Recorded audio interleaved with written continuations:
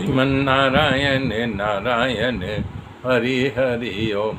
श्रीमन्नारायण नारायण हरि हरि ओम। श्रीमन्नारायण नारायण हरि हरि ओम।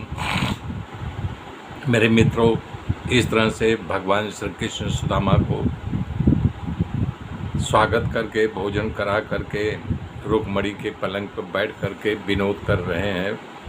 बोल रहे हैं, अच्छा बताओ, हमारी भाभी जी ने मुझे कुछ उपहार तो भेजा ही होगा, तो हमें क्या उपहार लाए हो।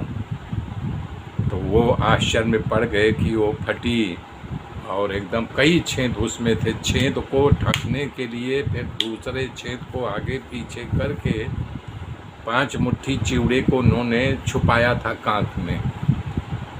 तो बोले नहीं नहीं, ऐसा कुछ नहीं। बोले अगर निकालूंगा तो हमारी बड़ी हंसी होगी, इतने बड़े आदमी के यहाँ, एक तो वैसे यानी कि हमें देख करके सब आश्चर्य में है, तो अगर मैं ये पोटली निकालूंगा तब क्या यानी कि हमारा मित्र जो है शर्मिंदा हो। मैं तो खुद शर्मिंदा हूँ। वो पोटली देख के सारे लोग हमारे मित्र का उपहास करेंगे, इनकी रानियाँ। तो वो बोले नहीं नहीं, ऐसा कुछ नहीं भेजा है। बोले नहीं, तुम्हारी आदत अभी गई नहीं है। जब हम लोग गुरुकुल में थे तो गुरु माता हमको लोगों को खाने के लिए देती थी। जब हम लोग जाते थे लकड़ी काटे, गैया चराने, तो तुम्हारी आदत थी कि चोरी चोरी खा जाते थे। याद है, चना खा गए थे, हमको नहीं दिए थे। और तुम्हारी बचपन के भी आदत नहीं गई है। हाँ, ये अपनी आदत को छोड़ दो, छुपा के खाने के अकेले अकेले। तो बोले नहीं कुछ नहीं। तो भगवान फट करके उनका हाथ ऊंचा उठा करके पोटली छीन लिए। बोले आहा, तभी तो मैं बोल रहा हूँ, कितना सुंदर स्वाद का सुगंध आ रहा है और तुम छुपा के बैठे हो। हाँ, मैंने बोला ना तुम्हारी आदत नहीं गई बचपन की, अब आदत बदल दो। तब जब छोड़े तो देखो कि चिवड़ा था, तो एक मुट्ठी मुंह में मार दिए। सारी रानियां खड़ी होकर देख रही हैं, टुकुर टुकुर करे। गंदी कुचैली मैली पोटली में से भगवान एक मुट्ठी मार दिए। खूब बखान करते करते खा रहे हैं। सुदामा उनका मुंह देख रहे हैं, उधर रानियों का मुंह देख रहे हैं। सारी रानियों का मुंह पर हवा हवाई उड़ रही थी कि ये प्रभु क्या कर रहे हैं। तो दूसरी मुट्ठी भी मार दिए। तब रुक्मणी के और सारी रानियों बोले, भाई तुमको लेना है क्या, खाना हो तो दूं।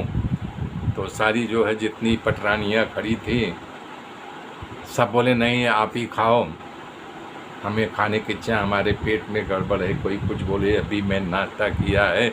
जितनी पटरानियाँ थी सब ऐसे बहाना बनाई। बोले आपकी मर्जी, अगर लेना हो तो अब भी बोल रहा हूँ ले लो। तो सब ना नुकुर किए। तो भगवान जब तीसरी मुट्ठी यानी कि उठाने गए, तब रुक्मणी साक्षात लक्ष्मी का अवतार था, उनकी मुट्ठी को पकड़ दिया। बोले नहीं, ये बस करो, हमें भी कुछ छोड़ दो।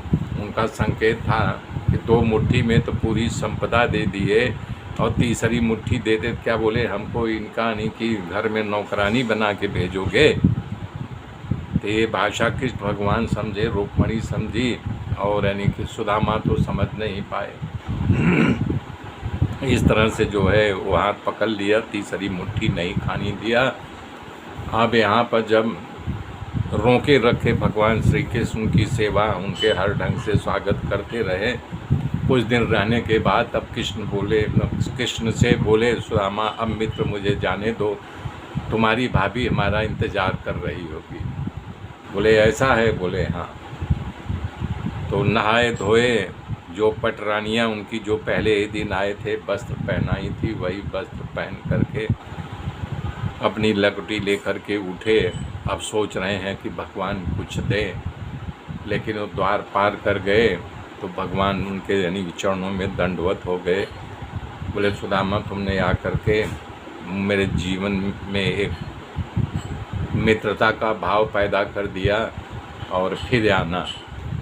अब यहाँ पर सुदामा के मन में थोड़ी खिन्नता आ रही है कि बताओ, हमारी इतनी गरीबता है और हम इसके लिए कुछ मांग नहीं पाया, तो इनको खुद नहीं दे देना चाहिए। इस प्रकार से सोचते सोचते आगे बढ़े जा रहे हैं सुदामा। मेरे मित्रों मेरे साथ बने रहिए, आगे की गाथा फिर कल जोड़ूंगा। तब तक के लिए जय श्री राम।